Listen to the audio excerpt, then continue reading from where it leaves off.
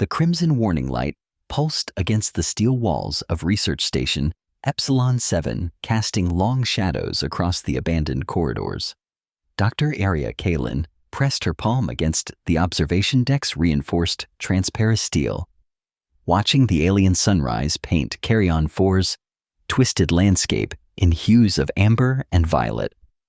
For 3 standard years, this desolate outpost on the edge of the forbidden Jevar system had been her sanctuary and her prison. The Galactic Concord had declared Carrion 4 off-limits after the first expedition's disastrous encounter with the Zarn creatures, classified as xenobiological extinction. Level entities. The official reports spoke of monsters that could tear through military-grade armor with bear claws, beings of pure predatory instinct that showed no mercy to any sentient life form. The expedition's sole survivor had returned with 3 words that sealed the system's fate: kill them all. But Arya had read between the lines of those sanitized reports. She'd noticed the gaps, the inconsistencies, the way certain details had been scrubbed clean from the records. Most importantly, she'd seen the original footage, just 3 seconds of corrupted video that the bureaucrats had missed, showing a Zarn creature exhibiting what appeared to be curiosity rather than bloodlust when approaching a fallen human soldier. That footage had cost Arya her position at the Xenobiology Institute on Centuri Prime. Her colleagues had labeled her theories as dangerously romantic, and her insistence on studying the Zarn as unscientific fantasy. Dr. Elaine Morrison, her former mentor, had delivered the final blow. Arya, sometimes a monster is just a monster. Your anthropomorphic delusions will get people killed. The rejection from the scientific community had hurt more than she'd expected, but it had also attracted attention from an unlikely source: the Interspecies Understanding Foundation, a small non-governmental organization with more conviction than funding. They'd offered her a choice: abandon her research or accept a clandestine mission to Carrion 4. The answer had been obvious. Now, after months of solitude, broken only by supply drops from automated drones, Arya had learned to read the planet's rhythms. She knew when the phosphorescent fungi bloomed in the undergrowth, when the methane geysers erupted in the southern canyons, and when the bone trees shed their crystalline bark. But she had yet to encounter a single Zarn. The scanner on her wrist chimed softly, indicating it was time for her daily expedition. Arya gathered her field kit bioscanner sample containers, and most importantly, a pouch of high-protein ration bars. She'd learned that the best way to study alien life was often the simplest: follow the food chain. As she stepped out of the airlock, Carrion 4's thin atmosphere hit her like a gentle whisper. The gravity was lighter than Earth standard, making each step feel like a small bound.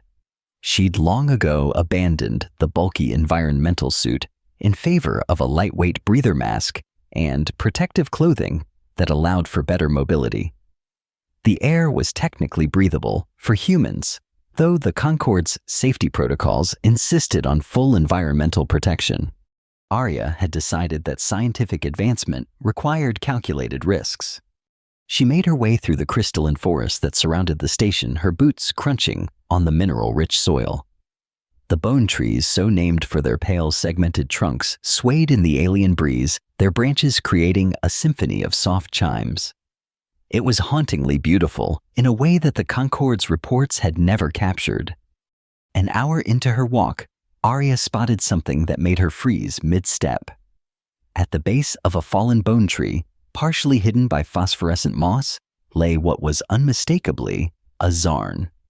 The creature was larger than the grainy images in the military files had suggested, roughly the size of a terrestrial tiger, but built with the sinewy grace of a predator, evolved for a different world. Its skin seemed to shift between deep purple and black, covered in what appeared to be both fur and scales, in a pattern that hurt the eyes to follow too closely. But it was the creature's condition that caught Arya's attention. A wicked gash ran along its left flank, sealed over with dried purple blood, but clearly infected. Every protocol screamed at her to retreat. Every survival instinct told her to run. But the scientist in her noticed something. The fear hadn't. The creature's breathing was labored but steady, and its eyes large, multifaceted things like a terrestrial insect, but with an unmistakably mammalian awareness, tracked her movement without showing aggression. Arya slowly reached into her field pack and withdrew a ration bar. The act felt both foolish and inevitable, like the first move in a chess game, whose outcome would determine the fate of two species. She tossed the bar to land 3 meters from the Zarn, then backed away slowly, keeping her movements deliberate and non-threatening. The creature's head tilted a gesture so fundamentally curious that it shattered every preconception Arya had been fighting against. After a moment of apparent consideration, it dragged itself forward and sniffed the offering. Then, with delicate precision that seemed impossible for something with claws the size of dinner knives, it consumed the ration bar in small, careful bites. Arya retreated to what felt like a safe distance and settled down to observe. The Zarn watched her with those impossible eyes, and she was struck by the intelligence behind them. This wasn't the gaze of a mindless predator. This was the look of a being trying to understand an unprecedented situation. For 2 hours, they maintained their silent standoff. The Zarn didn't sleep, but its breathing grew steadier, and the tension in its body seemed to ease. When the twin suns began to set, Arya stood slowly, placed another ration bar next to the first spot, and began her return to the station. She looked back only once. The Zarn was still watching her, its head tilted in that same expression of thoughtful curiosity.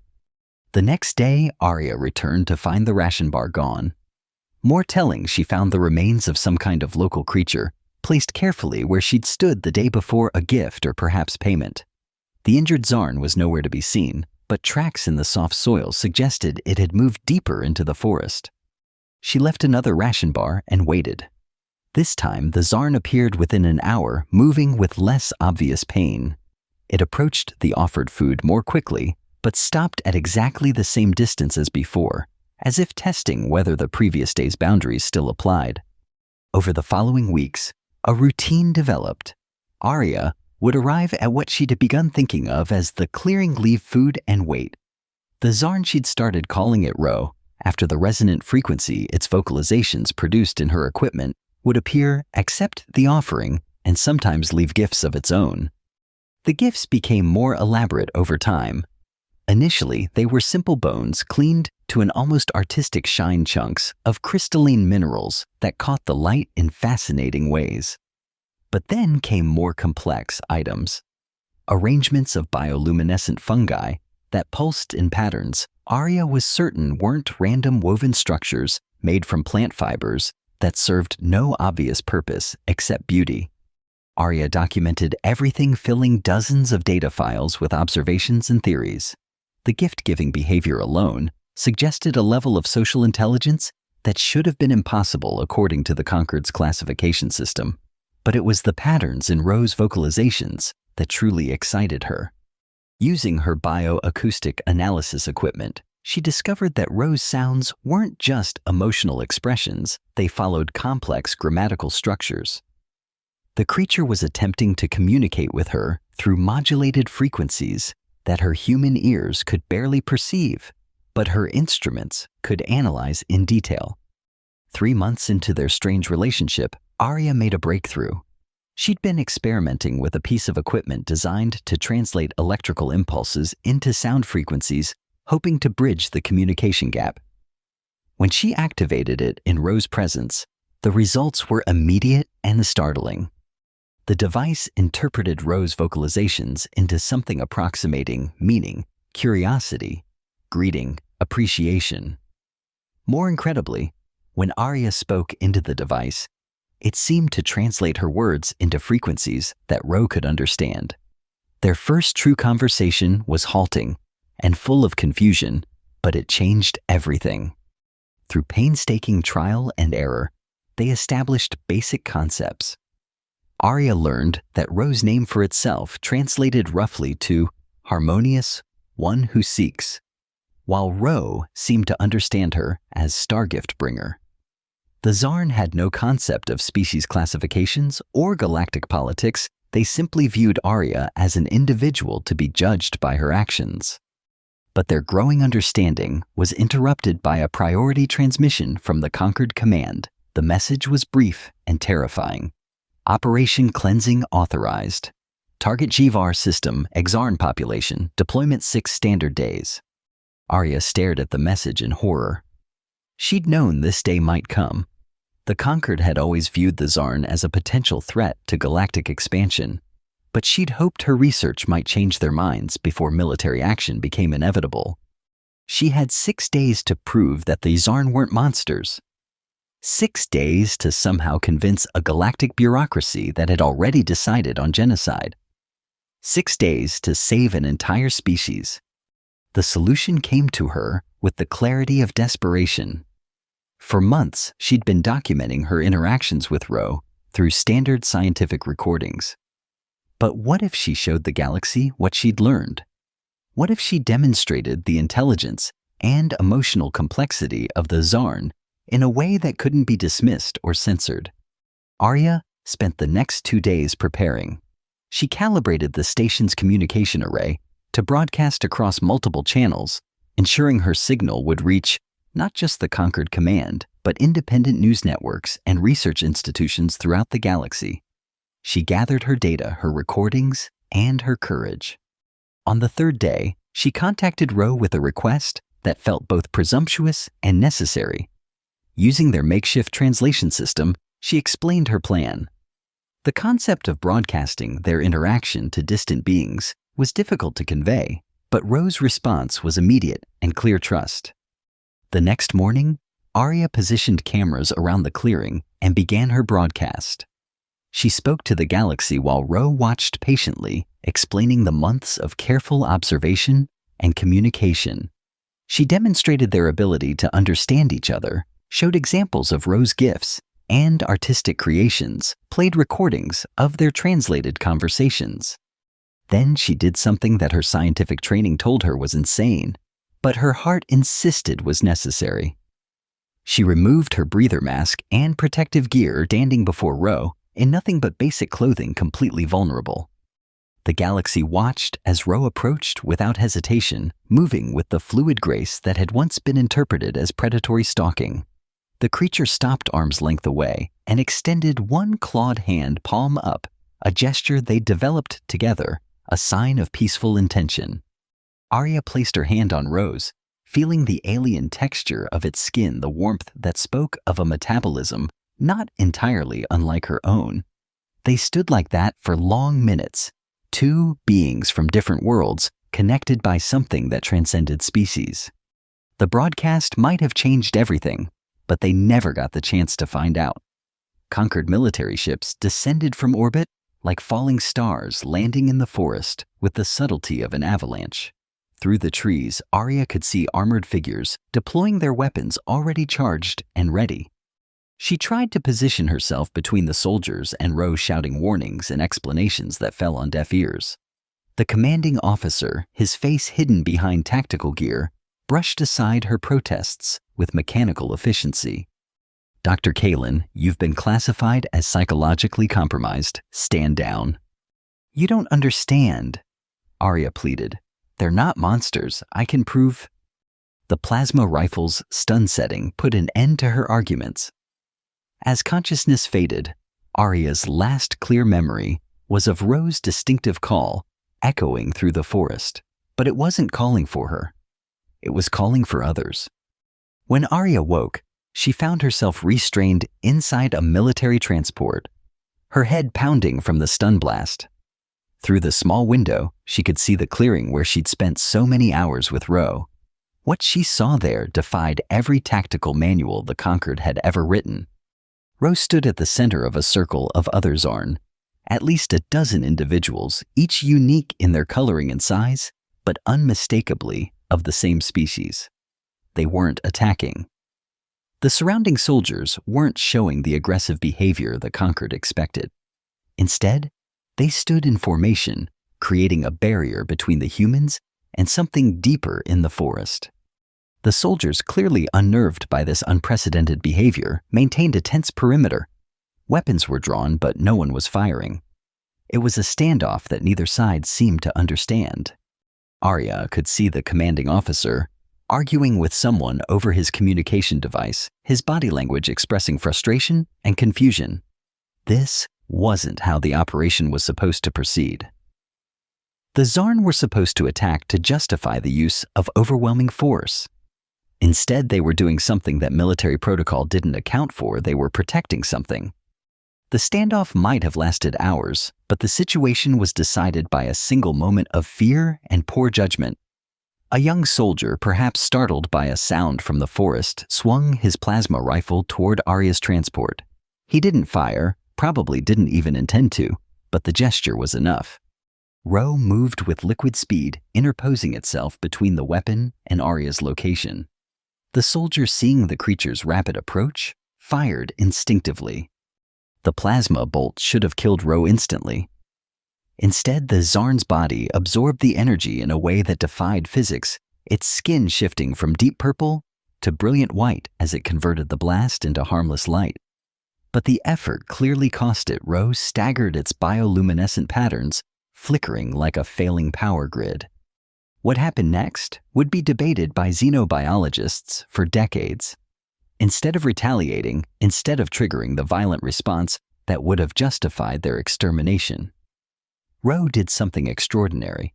It looked directly at the soldier who had shot it, made a sound that the translation devices interpreted as "afraid young one," and then turned its back on the armed human, positioning itself protectively between the soldiers and its own kind. The message was impossible to misinterpret. I could retaliate, but I choose not to. I understand your fear because I share it. But I will not let that fear make monsters of either of us. The commanding officer finally received the order everyone had been waiting for, but it wasn't the one anyone expected. Stand down. Return to orbital position. Full communication blackout until further notice. Later investigation would reveal that Arya's broadcast had reached more than just military channels. Independent journalists, scientists, and even political leaders throughout the galaxy had watched her interactions with Ro in real time. The footage of the Azarn's protective behavior, its restraint in the face of aggression, had sparked demonstrations on a dozen worlds. Emergency sessions were called in the Galactic Senate.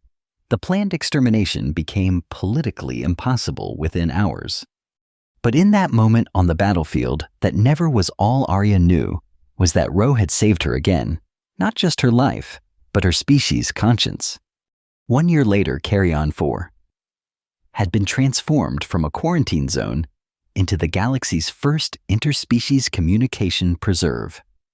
Research stations dotted the landscape, but they were built according to Zarn architectural principles, discovered through careful collaboration structures that existed in harmony with the bone forests, powered by clean fusion cells that didn't disrupt the planet's delicate electromagnetic fields. Arya stood in her new laboratory, watching the status displays that monitored communication channels across the preserve. She now held the position of Chief Scientific Officer and Zarn Cultural Liaison titles that would have seemed impossible just 2 years ago. Through the laboratory's bioresponsive walls, another Zarn innovation, she could see the ceremonial space where today's formal recognition ceremony would take place. Representatives from 18 galactic species had come to witness the signing of the Carrion Accords, the treaty that would establish the Zarn as a fully recognized sentient species with all the rights and protections that entailed. A familiar resonant frequency echoed from the translation station, and Arya smiled. Even after a year of technological advancement, she still preferred their original communication method to the more sophisticated systems the Concord engineers had developed. Ro entered through the biological airlock, its movements as fluid as ever, but now enhanced by a suite of communication devices that allowed real-time translation of complex concepts. The translation fields around its head shimmered with soft colors that indicated its emotional state, something that had revolutionized diplomacy between species that expressed emotion in vastly different ways. Harmonious one who seeks? Arya spoke aloud, knowing the translation systems would carry her meaning across the frequency ranges Ro could perceive. Star gift bringer, came the response, followed by patterns of light that conveyed warmth, affection, and something deeper that human language struggled to express. Over the past year, Arya had learned that Zarn social structures were far more complex than initial studies had suggested. They formed bonds that transcended simple pack behavior, creating networks of mutual support and protection that could span entire continents. Ro's protection of her hadn't been an anomaly. It had been an expression of the highest form of Zarn social integration. In their culture, to stand as someone's guardian was to declare them family, regardless of species origin or blood. The ceremony proceeded with a formality that felt both necessary and somewhat absurd to beings who had long since moved beyond the need for such protocols. Arya translated not just words, but concepts, helping both species understand the significance of what was being established. As the conquered representative, signed the final page of the Accords officially recognizing the Zarn as equals in the galactic community, Ro moved to stand beside Arya. The position it took was specific and meaningful. The protective stance, known in Zarn culture as Kathara, reserved for the defense of blood siblings. To the gathered representatives, it might have looked like a simple gesture of support. To any Zarn present, it was a declaration that would echo through their historical songs for generations. As the ceremony concluded and the various dignitaries began their carefully orchestrated mingling, Arya found herself alone with Ro on the observation deck, overlooking the transformed landscape of Carrion 4. In the distance, she could see Zarn and human researchers working together, their collaborative efforts already yielding insights that neither species could have achieved alone. Ro extended one clawed hand, and Arya placed her palm against it, a gesture that had evolved from their first tentative contact into something that needed no translation. The bioluminescent patterns on Ro's skin pulsed in rhythms that spoke of contentment, gratitude, and the complex satisfaction that came from seeing one's world expanded beyond all previous imagination. Through their translation interface, Ro shared a concept that human language could only approximate: pack bond chosen, stronger than birth. Bond, pride in growth of understanding, anticipation of shared tomorrows. Arya smiled, remembering her first glimpse of this alien world and the assumptions she'd arrived with. So much had changed, yet the core of it remained simple. Curiosity had led to communication. Communication to understanding, and understanding to something that transcended the boundaries of species. As Carrion 4's twin suns set behind the crystal canopy, painting the sky in shades that no human had imagined before arriving on this world, Arya performed the gesture that Ro had taught her. A slight tilting of the head that conveyed peaceful endings and hopeful beginnings in the visual language of the Zarn. Tomorrow, she said, both in standard and in the harmonic frequencies that Ro called language, we continue learning from each other. The response came not as words, but as a complex pattern of light and sound that wrapped around her like an embrace, carrying meanings that went deeper than language, agreement, anticipation, and above all, the fundamental understanding that the universe was far more interesting when shared with friends. In the distance, other Zarn began their evening songs, cascading harmonies that human instruments could detect, but human voices couldn't replicate. Arya listened, remembering her first terrifying encounter with what she'd thought was a monster, and smiled at the beautiful complexity of misunderstanding overcome. The galaxy had grown larger and stranger than anyone had imagined, but it had also become a little bit more like home.